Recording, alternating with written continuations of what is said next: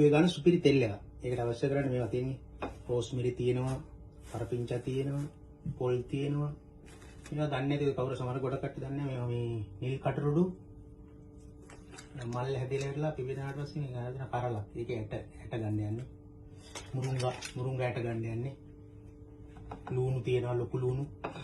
එතකොට මේ වට්ටක් යට තියෙන පම්කින් සීඩ්, කරාමු නැටි, ෆ්ලෙක්ස් සීඩ්, බ්ලැක් සීඩ්, හාල්, උළු හාල්, පොඩි ලුණු, කොමාරිකා තියෙනවා, පොල් තියෙනවා. හදලා ඉරලා පෙන්නන්න හොඳේ.